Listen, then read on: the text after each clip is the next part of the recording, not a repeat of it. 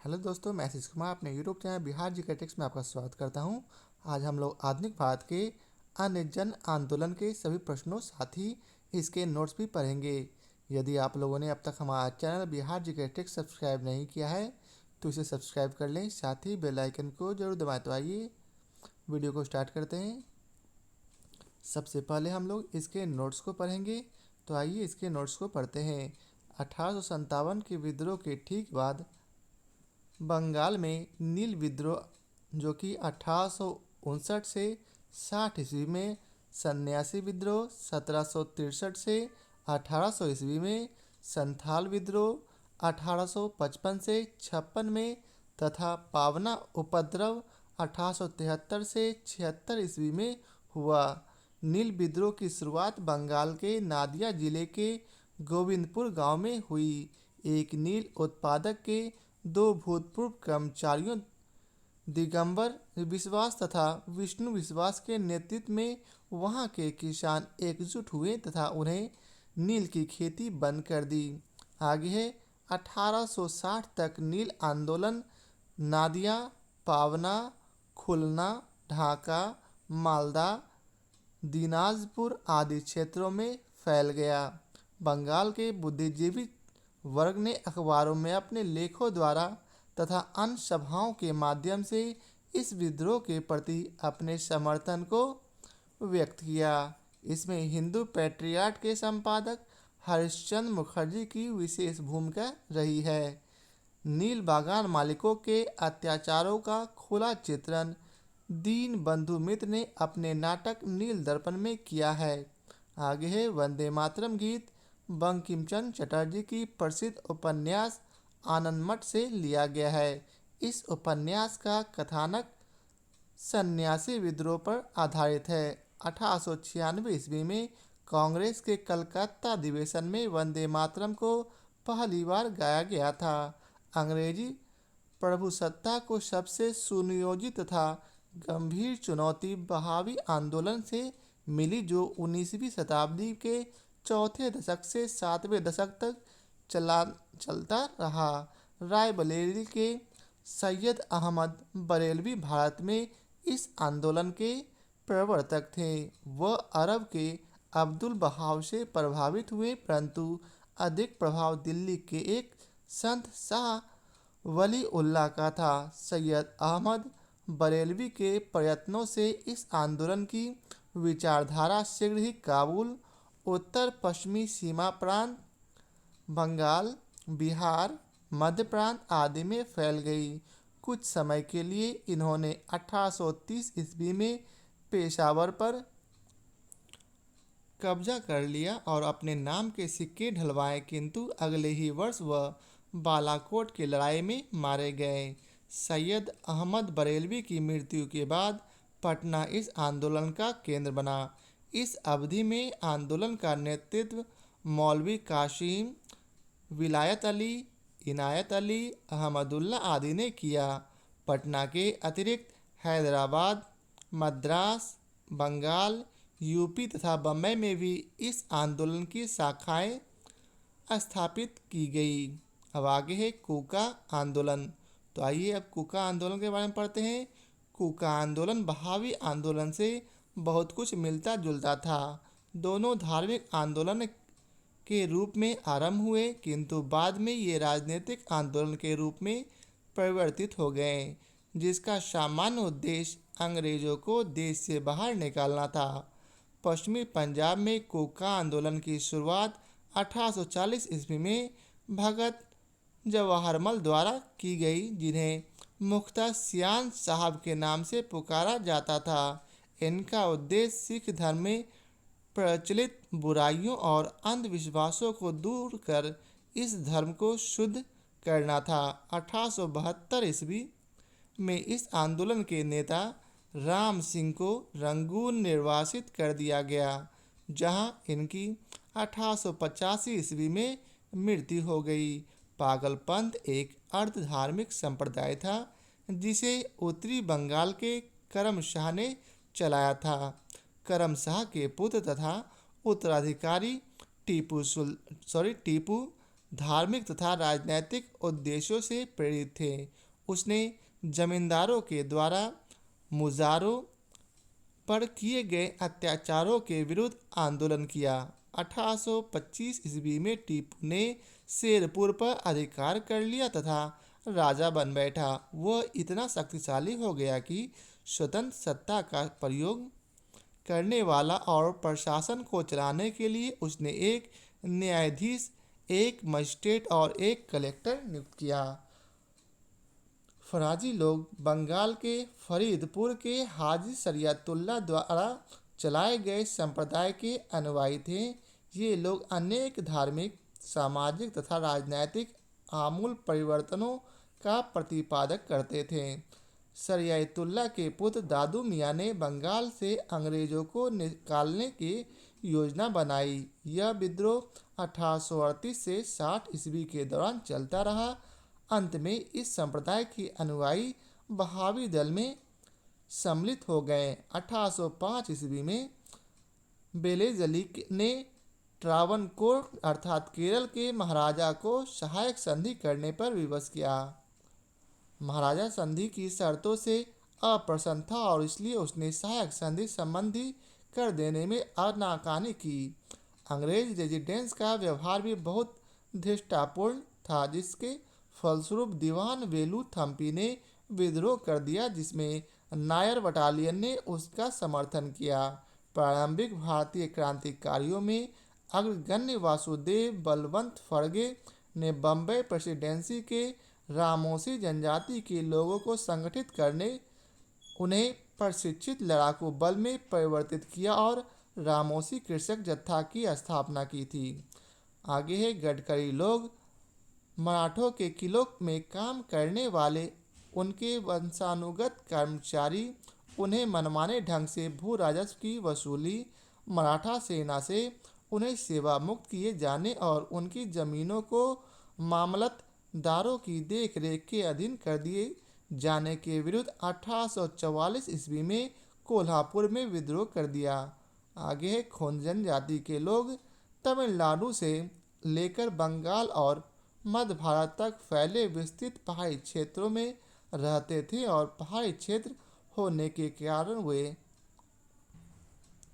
वस्तुतः स्वतंत्र थे। इन्होंने 1837 से 1856 ईस्वी तक अंग्रेजों के विरुद्ध विद्रोह किया। इस आंदोलन का नेतृत्व युवा राजा के नाम पर चक्रविसोई ने किया। इस विद्रोह के मुख्य कारण ब्रिटिश सरकार द्वारा मानव बलि को प्रतिबंधित करने के प्रयास, अंग्रेजों द्वारा नए करों का आरोपण और अनेक क्षेत्रों में जमींदारों तथा साहूकारों के प्रवेश से संबंधित थे, जिनके कारण आदिवासियों को अनेक कष्टों का सामना करना पड़ा था। अंग्रेजों ने एक मरीहा एजेंसी गठित की जिसके विरुद्ध खोंदों ने विद्रोह किया। छोटा नागपुर क्षेत्र में कोल विद्रोह का नेतृत्व 1831 से 32 ईस्वी में बुद्धो भगत ने किया था। यह विद्रोह रुक कर 1848 ईस्वी तक चलता रहा तथा अंततः इसे सरकार द्वारा कुचल दिया गया। अब है बघेरा विद्रोह 1828 ईस्वी में बड़ौदा में अंग्रेज सरकार के विरुद्ध किया गया था। 1857 के पूर्व के प्रमुख विद्रोह का क्रम इस प्रकार है। पहला है बंगाल का सिपाही विद्रोह, जो कि 1764 ईस्वी में हुआ, जिसमें हेक्टर मुनरो की एक बटालियन बक्सर की रणभूमि से मीर कासिम से जा मिली थी। वहीं दूसरा है वेल्लोर का सिपाही विद्रोह, जो कि 1806 ईस्वी में हुआ। तीसरा कच्छ का विद्रोह 1819 से 31 ईस्वी में। कोल विद्रोह 1831 से 32 ईस्वी में हुआ। एवं पांचवा है संथाल विद्रोह, जो कि 1855 से 56 ईस्वी में हुआ था। अब आइए चलते आगे पढ़ते हैं। तो 1855 से 56 का संथाल विद्रोह एक प्रसिद्ध आदिवासी विद्रोह था, जिसमें मूलभूत आदिवासी आवेग और ब्रिटिश शासन के पूर्ण तिरस्कार जैसी भावनाएं देखने को मिलती है। भागलपुर से राजमहल के बीच का क्षेत्र, जो दामन-ए-कोह के नाम से जाना जाता है, में यह विद्रोह मूलतः आर्थिक कारणों से हुआ। साहूकारों तथा औपनिवेशिक प्रशासक दोनों ही उनका शोषण कर रहे थे। दिकुओं अर्थात बाहरी लोगों एवं व्यापारियों ने संथालों द्वारा लिए गए ऋणों पर 50 से लेकर 500% ब्याज वसूल किया। इस विद्रोह के नेता सिंधु, कान्हू, चांद एवं भैरव नामक 4 भाई थे। सिंधु ने अधिकारियों से कहा था कि ठाकुर जी ने मुझे आदेश देते हुए कहा है कि यह देश साहबों का नहीं है। ठाकुर जी खुद हमारी तरफ से लड़ेंगे। इस तरह आप साहब लोग इस तरह आप साहब लोग और सिपाही लोग खुद ठाकुर जी से लड़ोगे। यह आंदोलन 1856 ईस्वी तक जारी रहा और अंततः विद्रोही नेताओं को पकड़ने के बाद आंदोलन को भारी दमन के साथ कुचल दिया गया। 1855 ईस्वी में संथालों ने भागलपुर क्षेत्र के भगनीडीह तालुके में विद्रोह कर दिया था। संथाल विद्रोह को दबाने के लिए मेजर बारो के नेतृत्व में एक सेना भेजी गई जिसे संथालों ने हरा दिया था। अंततः भागलपुर के कमिश्नर ब्राउल और मेजर जनरल लॉयड ने क्रूरतापूर्वक संथाल विद्रोह का दमन किया था। अब आइए पढ़ते हैं भील विद्रोह। भीलों की आदिम जाति पश्चिमी तट के खानदेश में रहती थी। 1818 से 31 तक इन लोगों ने अपने नए स्वामी अंग्रेजों के विरुद्ध विद्रोह कर दिया। कंपनी के अधिकारियों का कथन था कि इस विद्रोह को पेशवा बाजीराव द्वितीय तथा उसके प्रतिनिधि त्र्यंबकजी डांगलिया ने प्रोत्साहित किया था। वास्तव में कृषि संबंधी कष्ट और नई सरकार का भय ही इस विद्रोह का कारण था। 1825 ईस्वी में सेवरम के नेतृत्व में इन लोगों ने विद्रोह किया। ब्रिटिश सेना काफ़ी प्रयास के बाद इस विद्रोह को कुचल सकी। आगे है रंपा विद्रोह। आंध्र प्रदेश के गोदावरी जिले के उत्तर में स्थित रंपा पहाड़ी क्षेत्र में हुआ था। आदिवासियों का यह विद्रोह साहूकारों के शोषण और वन कानूनों के विरुद्ध हुआ। 19वीं सदी के उत्तरार्ध में सुरजी भगत एवं गोविंद गुरु नामक समाज सुधारकों ने राजस्थान की मेवाड़, डूंगरपुर, बांसवाड़ा, प्रतापगढ़, सिरोही, पाली इत्यादि रियासतों में बसी भील जनजाति में सामाजिक सुधारों के प्रयास किए। आगे है गोविंद गुरु, इन्हें लसोड़िया भी कहा जाता है, ने भीलों को संगठित करने के उद्देश्य से 1883 ईस्वी में सभ्य सभा की स्थापना की थी। गोविंद गुरु को लसोड़िया आंदोलन का प्रवर्तक माना जाता है। आगे है मुंडा आदिवासियों का विद्रोह 1899 से 1900 के बीच हुआ। इसका नेतृत्व बिरसा मुंडा ने किया था। मुंडा जाति में सामूहिक क्षेत्र का प्रचलन था, लेकिन जमींदारों, ठेकेदारों, बनियों और सूदखोरों ने सामूहिक खेती की परंपरा पर हमला बोला। मुंडा सरदार 30 वर्ष तक सामूहिक खेती के लिए लड़ते रहे। इनका यह विद्रोह सरदारी लड़ाई के नाम से भी जाना जाता है। 1895 ईस्वी में बिरसा ने आपको भगवान का दूत घोषित किया था। मुंडा विद्रोह को उल गुलान अर्थात महान हलचल के नाम से भी जाना गया। यह विद्रोह इस अवधि का सर्वाधिक प्रसिद्ध आदिवासी विद्रोह था। मुंडों की पारंपरिक सामूहिक खेती वाली भूमि व्यवस्था खुटकट्टी या मुंडारी की जमींदारी या व्यक्तिगत भू स्वामित्व वाली भूमि व्यवस्था में परिवर्तन के विरुद्ध मुंडा विद्रोह की शुरुआत हुई, लेकिन कालांतर में बिरसा ने इसे धार्मिक राजनीतिक आंदोलन का रूप प्रदान किया। इनको जगत पिता या धरती आबा कहा जाता था। उन्होंने कहा था कि दिकुओं अर्थात गैर आदिवासियों से हमारी लड़ाई होगी और उनके खून से जमीन इस तरह लाल होगी जैसे लाल झंडा।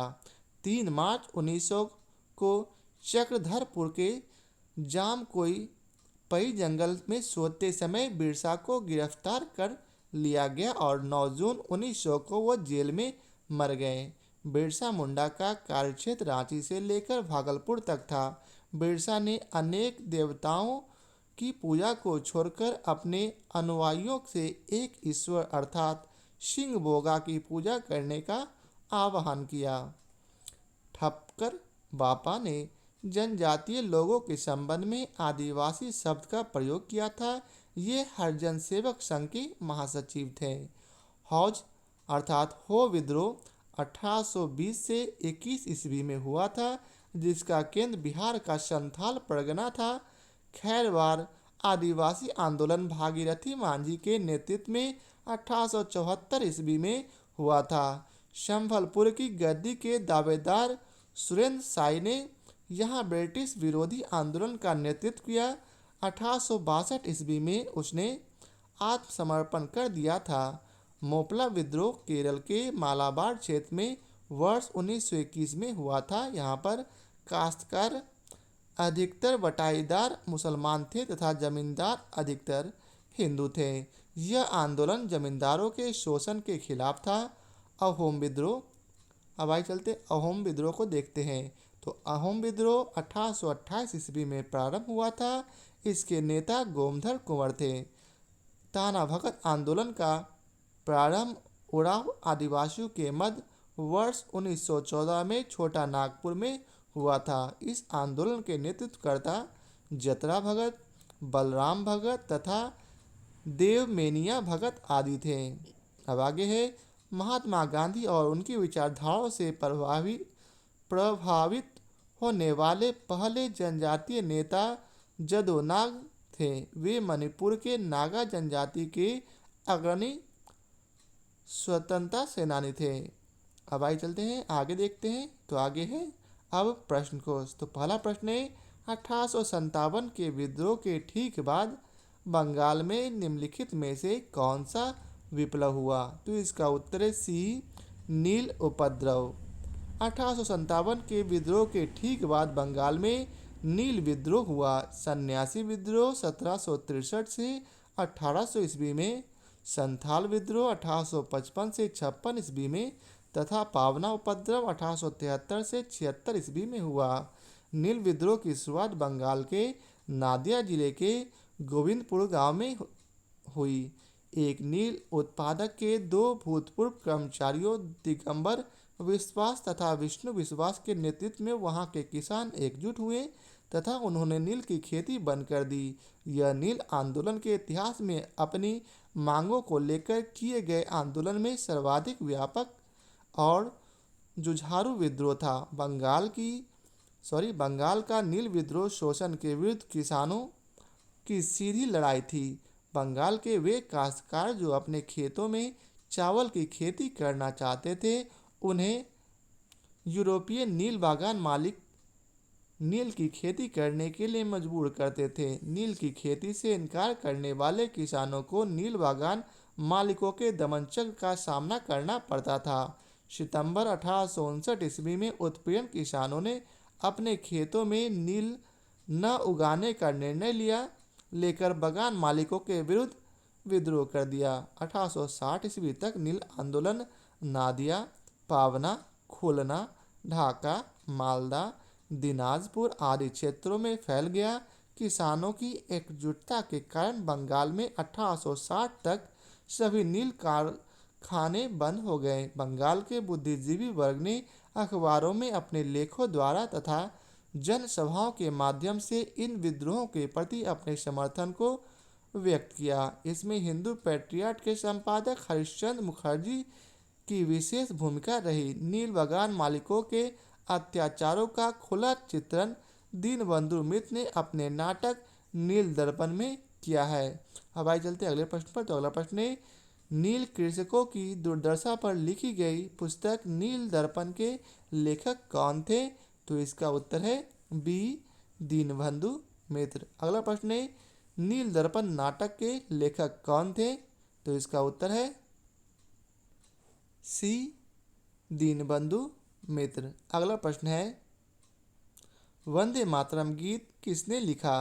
तो इसका उत्तर है डी, बंकिम चंद्र चटर्जी। वंदे मातरम गीत बंकिम चंद्र चटर्जी की प्रसिद्ध कृति आनंदमठ से लिया गया है। इस उपन्यास का कथानक सन्यासी विद्रोह पर आधारित है। 1896 में कांग्रेस के कलकत्ता अधिवेशन में इसे पहली बार गाया गया था। अगला प्रश्न है, आनंद मठ उपन्यास की कथा वस्तु आधारित है, तो इसका उत्तर है बी, सन्यासी विद्रोह पर। अगला प्रश्न है, निम्नलिखित विद्रोहों में से किसको बंकिम चंद्र चटर्जी ने अपने उपन्यास आनंद मठ में उल्लेख करके प्रसिद्ध किया है, तो इसका उत्तर है डी, सन्यासी विद्रोह। अगला प्रश्न है, निम्नलिखित में से किसने अपनी कृतियों द्वारा सन्यासी विद्रोह को ख्याति प्रदान की, तो इसका उत्तर है बी, बंकिम चंद्र चटर्जी। अगला प्रश्न है, बंकिम चंद्र चटर्जी के प्रसिद्ध उपन्यास आनंद मठ का कथानक आधारित है, तो इसका उत्तर है डी, सन्यासी विद्रोह पर। अगला प्रश्न है, निम्नलिखित युग्मों में से कौन सही सुमेलित नहीं है, तो ये स्टार मार्क्स है। तो आइए इसके विस्तार को पढ़ते हैं। पावना विद्रोह जो कि 1873 से 76 ईस्वी में हुआ, वहीं दक्कन किसान विद्रोह 1875 ईस्वी में, सन्यासी विद्रोह 1763 से 1800 ईस्वी में, और कोल विद्रोह 1831 से 32 ईस्वी में हुआ था। आगे है, मुंगेर के बढ़िया ताल विरोध का उद्देश्य क्या था, तो इसका उत्तर है ए, बकास्त भूमि की वापसी की मांग। मुंगेर की बढ़िया ताल विरोध का उद्देश्य बकास्त भूमि की वापसी की मांग थी। अगला प्रश्न है, 19वीं शताब्दी के दौरान होने वाले बहावी आंदोलन का मुख्य केंद्र था कौन सा, तो इसका उत्तर है बी, पटना। अब आइए चलते हैं अगले प्रश्न पर। अगला प्रश्न है, कूका आंदोलन को किसने संगठित किया, तो इसका उत्तर है सी, गुरु राम सिंह। कूका आंदोलन बहावी आंदोलन से बहुत कुछ मिलता जुलता था। दोनों धार्मिक आंदोलन के रूप में आरंभ हुए, किंतु बाद में ये राजनीतिक आंदोलन के रूप में परिवर्तित हो गए, जिसका सामान्य उद्देश्य अंग्रेजों को देश से बाहर निकालना था। पश्चिमी पंजाब में कूका आंदोलन की शुरुआत 1840 ईस्वी में भगत जवाहरमल द्वारा की गई, जिसे मुख्यतः सियान साहब के नाम से भी पुकारा जाता था। इनका उद्देश्य सिख धर्म में प्रचलित बुराइयों और अंधविश्वासों को दूर कर इस धर्म को शुद्ध करना था, किंतु बाद में ये राजनीतिक आंदोलन में परिवर्तित हो गया, जिसका नेतृत्व राम सिंह ने किया। 1872 ईस्वी में इस आंदोलन के नेता राम सिंह को रंगून निर्वासित कर दिया गया, जहां इनकी 1885 ईस्वी में मृत्यु हो गई। अगला प्रश्न है, कूका आंदोलन की नींव पड़ी थी, तो इसका उत्तर है सी, पंजाब में। अब आइए चलते अगले प्रश्न पर। तो अगला प्रश्न है, पागलपंथी विद्रोह वस्तुतः एक विद्रोह था, तो इसका उत्तर है बी, गारो का। पागलपंथ एक अर्ध धार्मिक संप्रदाय था। यह वस्तुतः गारो जनजाति से संबंधित विद्रोह था, जिसे उत्तरी बंगाल के करम शाह ने चलाया था। करम शाह के पुत्र तथा उत्तराधिकारी टीपू धार्मिक तथा राजनैतिक उद्देश्यों से प्रेरित थे। उसने जमींदारों के द्वारा मुजारों पर किए गए अत्याचारों के विरुद्ध आंदोलन किया। 1825 ईस्वी में टीपू ने शेरपुर पर अधिकार कर लिया तथा राजा बन बैठा। वह इतना शक्तिशाली हो गया कि स्वतंत्र सत्ता का प्रयोग करने लगा और प्रशासन को चलाने के लिए उसने एक न्यायाधीश, एक मजिस्ट्रेट और एक कलेक्टर नियुक्त किया। अगला प्रश्न है, पागलपंथ की स्थापना किसने की, तो इसका उत्तर है बी, करम शाह। अगला प्रश्न है, निम्नलिखित में से कौन फराजी विद्रोह का नेता था, तो इसका उत्तर है बी, दादू मियाँ। फराजी लोग बंगाल के फरीदपुर के हाजी शरियतुल्लाह द्वारा चलाए गए संप्रदाय के अनुयायी थे। ये लोग अनेक धार्मिक, सामाजिक तथा राजनैतिक आमूल परिवर्तनों का प्रतिपादन करते थे। शरियतुल्लाह के पुत्र दादू मियाँ ने बंगाल से अंग्रेजों को निकालने की योजना बनाई।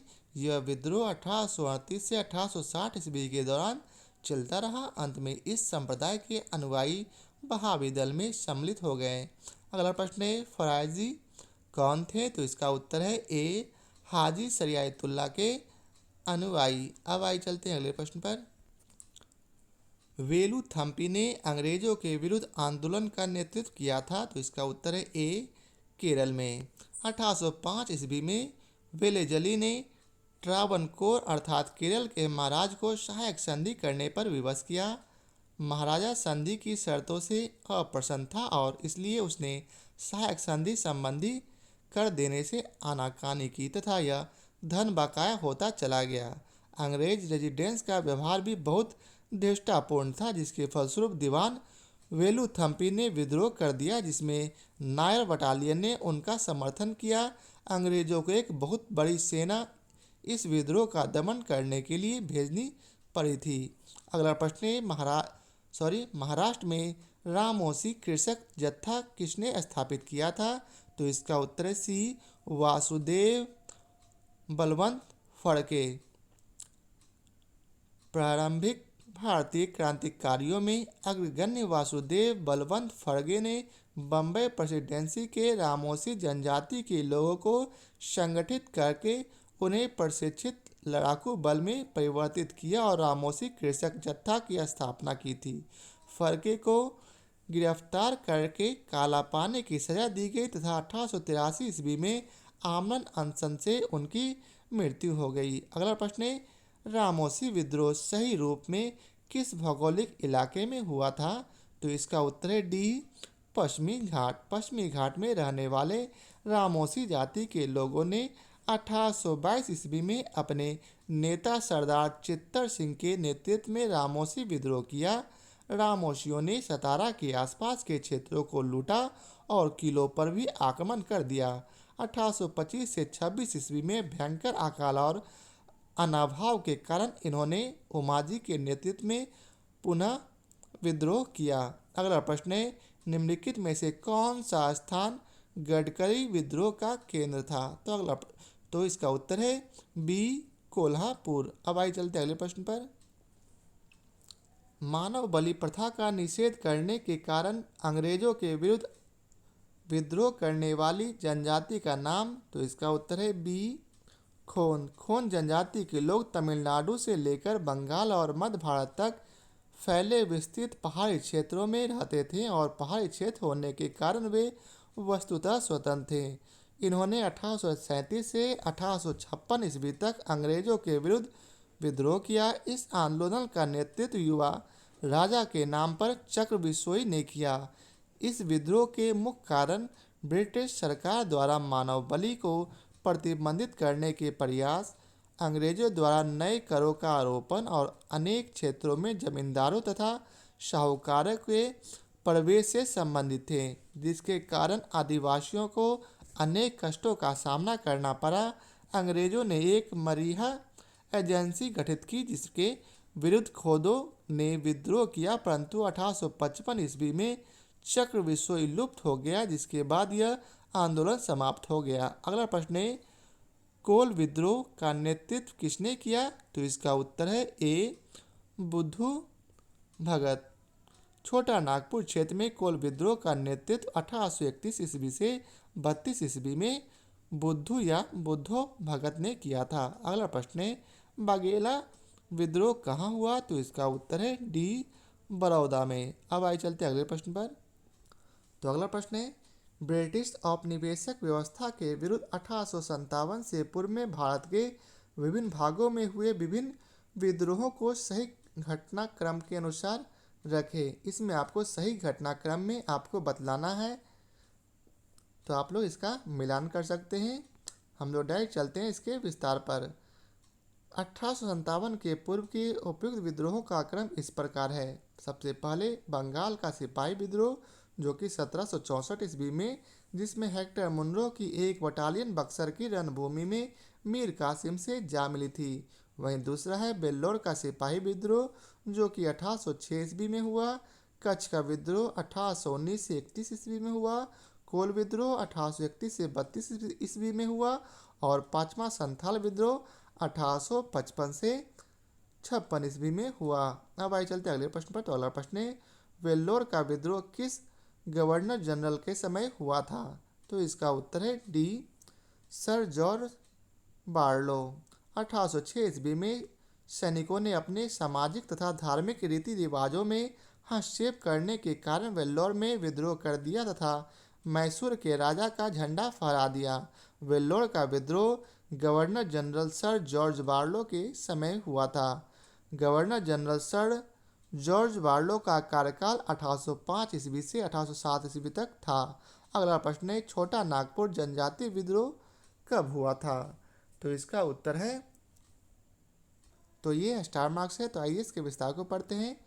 छोटा नागपुर जनजातीय विद्रोह के नाम से कोई विद्रोह नहीं हुआ, फिर भी इस क्षेत्र में हुए विद्रोहों की एक लंबी श्रृंखला है जिन्हें अलग अलग नामों से जाना जाता है, जैसे चेरो विद्रोह जो कि 1800 में, कोल विद्रोह 1831 से 32 ईस्वी में, संथाल विद्रोह 1855 से 56 ईस्वी में तथा मुंडा विद्रोह 1899 से 1900 ईस्वी में हुई। यदि हो विद्रोह 1820 से 21 को लिया गया हो तो विकल्प 20 सही उत्तर हो सकता है। अगला प्रश्न है, किस स्थान पर आदिवासियों ने अंग्रेजों के खिलाफ विद्रोह किया? तो इसका उत्तर है ए, बिहार। छोटा नागपुर की हो एवं मुंडा जनजातियों ने पुनः 1831 ईस्वी में ब्रिटिश सेनाओं को चुनौती दी थी। इस क्षेत्र में इस कारण 1837 ईस्वी तक अशांति व्याप्त रही। छोटा नागपुर का क्षेत्र वर्ष 2000 में बिहार से अलग होकर झारखंड में शामिल हुआ। अगला प्रश्न है, संथाल विद्रोह का नेतृत्व किसने किया? तो इसका उत्तर है सी अर्थात ए और बी दोनों, अर्थात सिंधु कान्हू और भैरव चांद, ये 4 भाई थे जिन्होंने संथाल विद्रोह का नेतृत्व किया। 1855 से 56 ईस्वी का संथाल विद्रोह एक प्रसिद्ध आदिवासी विद्रोह था जिसमें मूलभूत आदिवासी आवेग और ब्रिटिश शासन के पूर्ण तिरस्कार जैसी भावनाएं देखने को मिलती थी। इस विद्रोह के नेता सिंधु कान्हू चांद एवं भैरव नामक 4 भाई थे। अगला प्रश्न है, निम्नलिखित में से संथाल विद्रोह कब हुआ था? तो इसका उत्तर है डी 1855 से 56 ईस्वी। अब आइए चलते हैं अगले प्रश्न पर। तो अगला प्रश्न है, संथाल विद्रोह का नेतृत्व किसने किया था? तो इसका उत्तर है डी, सिंधु एवं कान्हू। अगला प्रश्न है, 1855 ईस्वी में संथालों ने किस अंग्रेज कमांडर को हराया? तो इसका उत्तर है सी, मेजर बारो। 1855 ईस्वी में संथालों ने भागलपुर क्षेत्र के मगनीडीह तालुके में विद्रोह कर दिया था। इन्होंने एक साथ पुलिस और दिकुओं पर आक्रमण किए थे, जिसका नेतृत्व सिंधु कान्हू चांद और भैरव नामक 4 भाइयों ने किया था। संथाल विद्रोह को दबाने के लिए मेजर बारो के नेतृत्व में एक सेना भेजी गई जिसे संथालों ने हरा दिया था। अतः भागलपुर के कमिश्नर ब्राउन और मेजर जनरल लाउड ने क्रूरतापूर्वक संथाल विद्रोह का दमन किया था। अगला प्रश्न है, 1855 के संथाल हुल के संदर्भ में निम्नलिखित में से कौन सा या से कथन सही है? नीचे दिए गए कोड से सही उत्तर चुनिए। तो इसका उत्तर है सी, अर्थात 1, 2, 3 तीनों सही हैं। अर्थात भागलपुर के पास मेजर बारो संथालों से लड़ाई में हार गया। दूसरा, गोड्डा का एक महत्वपूर्ण नेता था। और तीसरा, इस आंदोलन में महाजन दीन दयाल राय भी एक महत्वपूर्ण नाम है।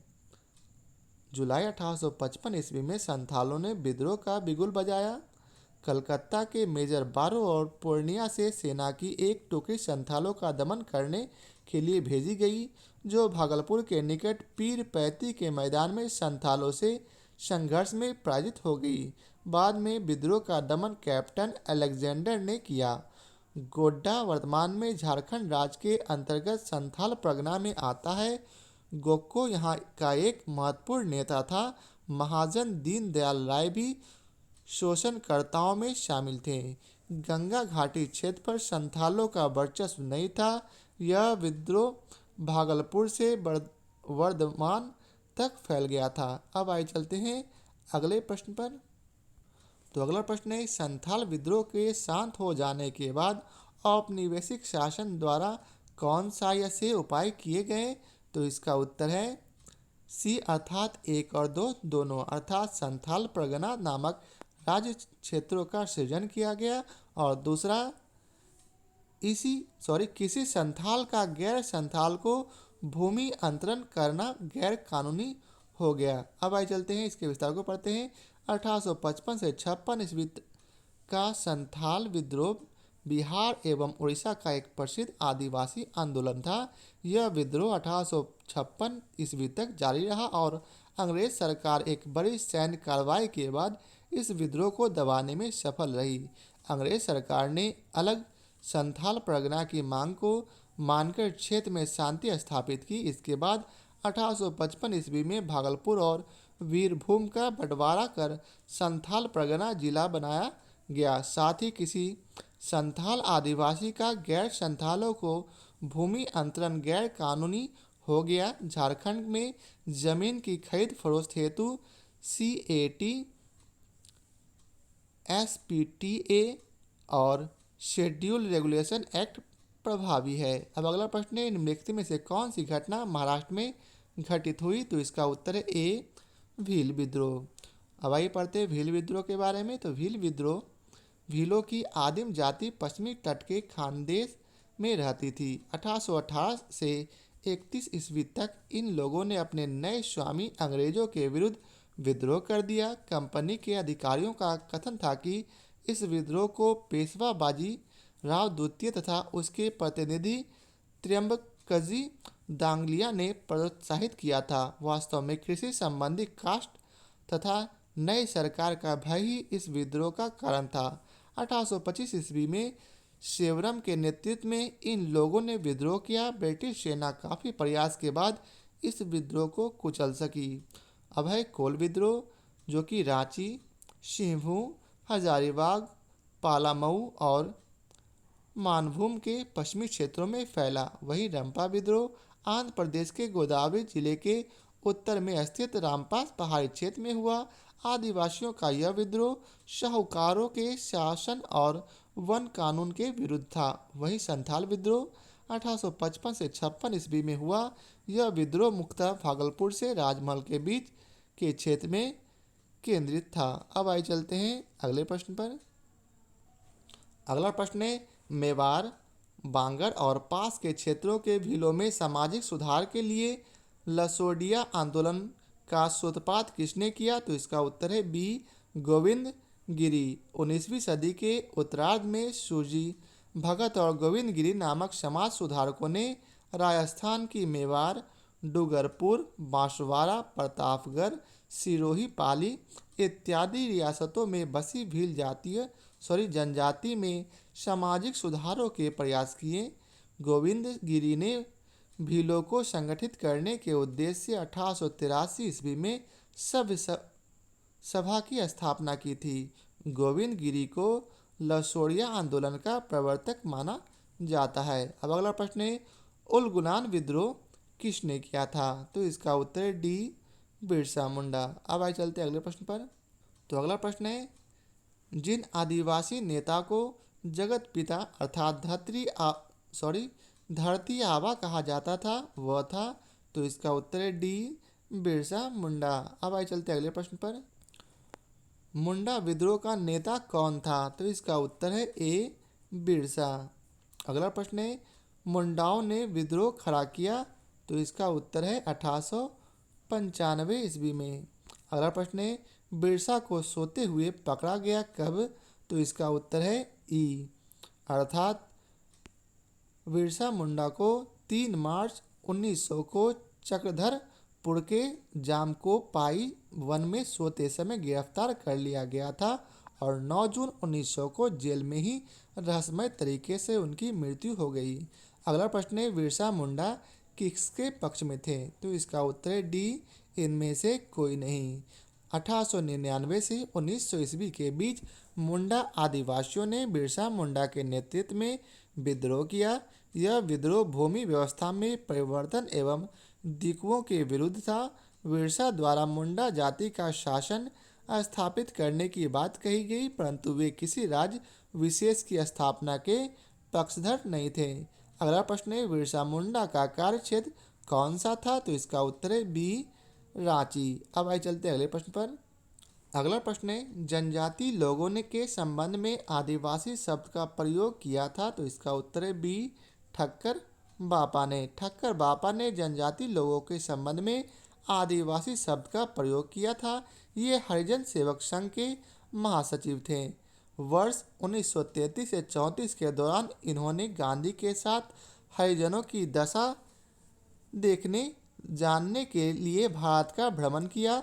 ये सर्वेंट ऑफ इंडिया सोसाइटी के निष्ठावान सदस्य भी थे।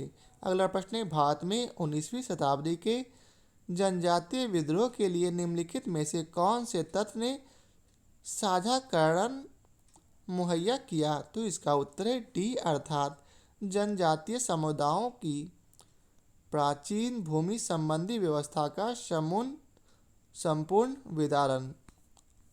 विकल्प ए, बी और सी में दिए गए कारण जनजातीय विद्रोह के कारण थे, लेकिन मुख्य साझा कारण विकल्प डी में दिया गया था। अगला प्रश्न है, हौज विद्रोह हुआ कब? तो इसका उत्तर है डी, 1820 से 21 ईस्वी के दौरान। हौज विद्रोह 1820 से 21 ईस्वी में हुआ था, जिसका केंद्र बिहार का संथाल था। अगला प्रश्न है, खैरवार आदिवासी आंदोलन कब हुआ? तो इसका उत्तर है ए, अर्थात 1874 ईस्वी। अब आइए चलते हैं अगले प्रश्न पर। अगला प्रश्न है 48वां नंबर, संभलपुर के अनेक ब्रिटिश विरोधी विद्रोहों का नेता निम्नलिखित में से कौन था? तो इसका उत्तर है बी, अर्थात सुरेंद्र शाही।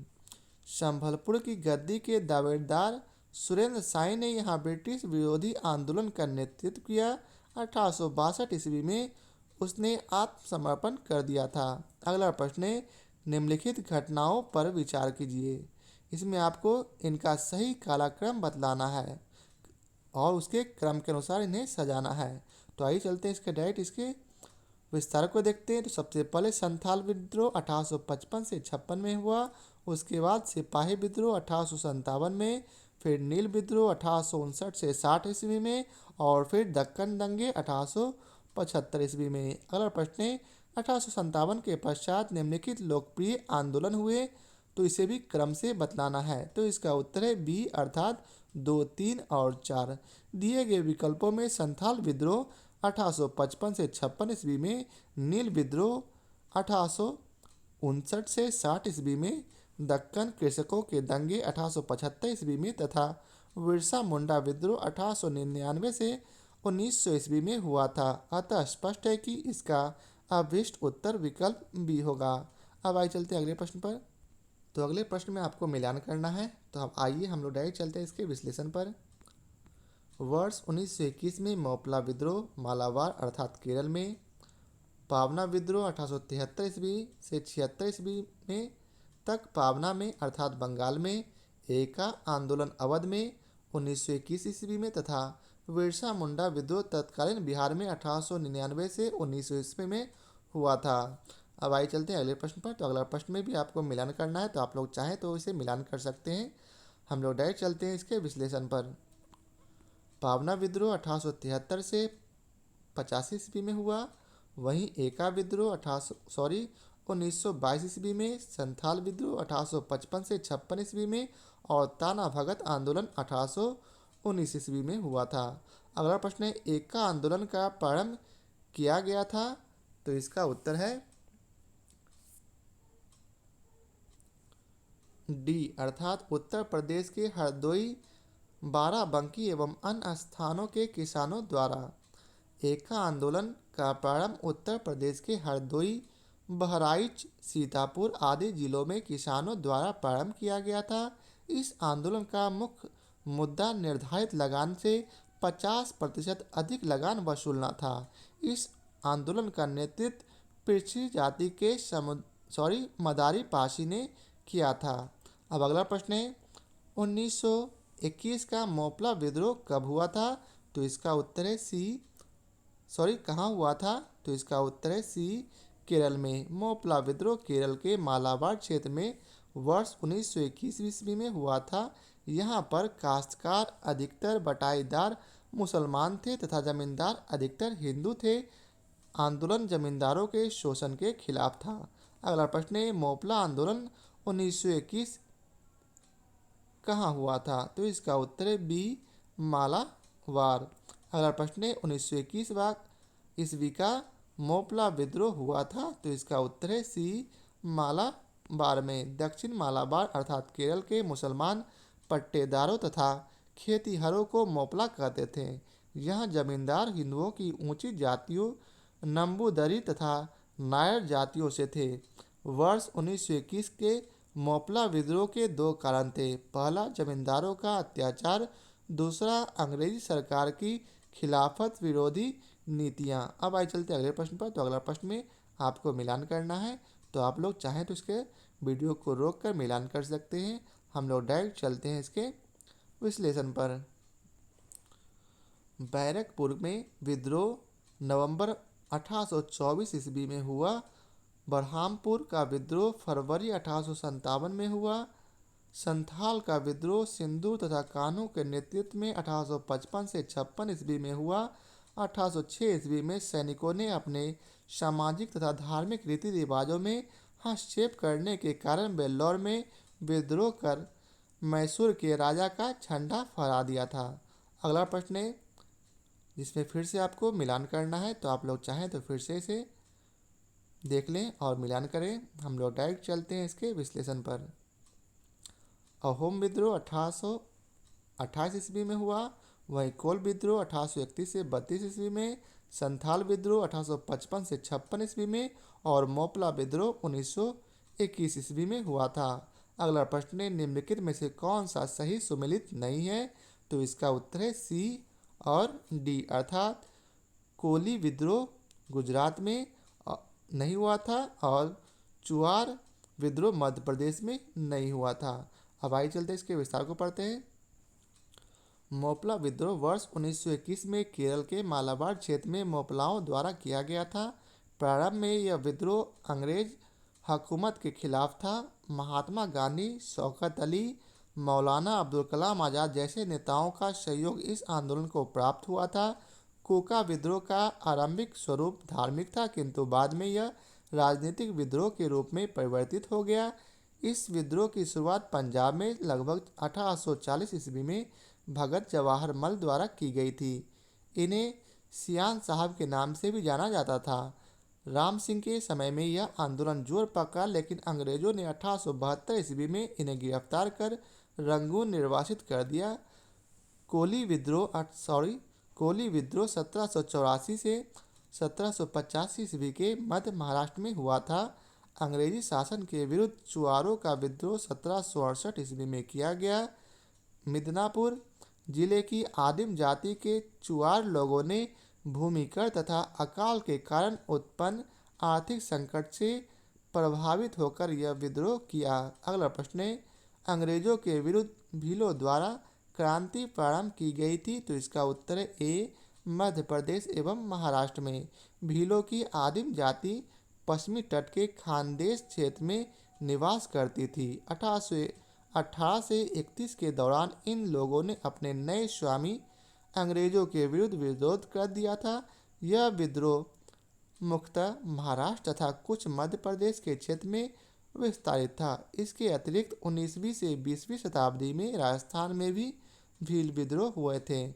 अगला प्रश्न है निम्न युगों में से कौन सुमेलित नहीं है, तो इसका उत्तर है डी, सुमेलित नहीं है। तो आइए चलते हैं इसके विस्तार को पढ़ते हैं। मुंडा विद्रोह का प्रारंभ 1899 से 1900 ईस्वी में रांची के दक्षिणी क्षेत्रों में हुआ था। इस विद्रोह का नेता बिरसा मुंडा था। संथाल विद्रोह 1855 से 56 ईस्वी में प्रारंभ हुआ था। इस विद्रोह के नेता सिंधु और कान्हू थे। अहोम विद्रोह 1828 ईस्वी में प्रारंभ हुआ था। इसके नेता गोमधर कुमार थे। ताना भगत आंदोलन का प्रारंभ उराव आदिवासी के मध्य वर्ष 1919 ईस्वी में छोटा नागपुर में हुआ था। इस आंदोलन के नेतृत्वकर्ता जतरा भगत, बलराम भगत तथा देवमीनिया भगत आदि थे। अगला प्रश्न है ताना भगत आंदोलन जतराऊ राव ने किस वर्ष प्रारंभ किया था, तो इसका उत्तर है सी, 1914। अब आइए चलते हैं अगले प्रश्न पर। अगले प्रश्न में भी आपको मिलान करना है, तो आइए डायरेक्ट चलते हैं इसके विश्लेषण पर।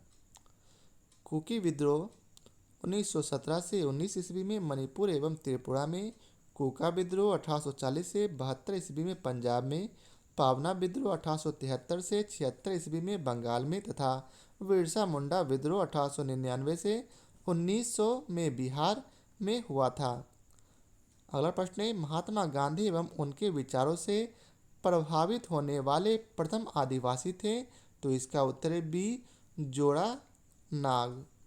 महात्मा गांधी और उनकी विचारधाराओं से प्रभावित होने वाले पहले जनजातीय नेता जदो नांग थे। वे मणिपुर के नागा जनजाति के अग्रणी स्वतंत्रता सेनानी थे। उन्होंने रानी गार्डिनेलियू सहित अपने विश्वास पत्र अनुयायियों की सहायता से सामाजिक तथा धार्मिक सुधार कार्य प्रारंभ किया और महात्मा गांधी की प्रेरणा से स्वतंत्रता आंदोलन में शामिल हो गए। अगला प्रश्न है, इनमें से वह प्रथम नेता कौन था जिसने भारत में मजदूर आंदोलन को संगठित किया। तो इसका उत्तर सी, NM लोखंडे। अब आइए चलते इसके विस्तार को पढ़ते हैं। नारायण मेघाजी लोखंडे भारत में श्रम आंदोलन के अग्रदूत माने जाते हैं। उन्होंने न केवल 19वीं शताब्दी में कपड़ा मिल में काम करने वाले कामगारों की परिस्थितियों में सुधार के लिए प्रयास किया, अपितु जाति और सांप्रदायिक मुद्दों पर साहसी पहल के लिए भी उन्हें याद किया जाता है। भारत सरकार ने वर्ष 2005 में उनकी तस्वीर के साथ एक डाक टिकट जारी किया था। तो यह आज के वीडियो का आखिरी प्रश्न था। आशा करता हूँ आप लोगों को हमारा यह वीडियो पसंद आया हो।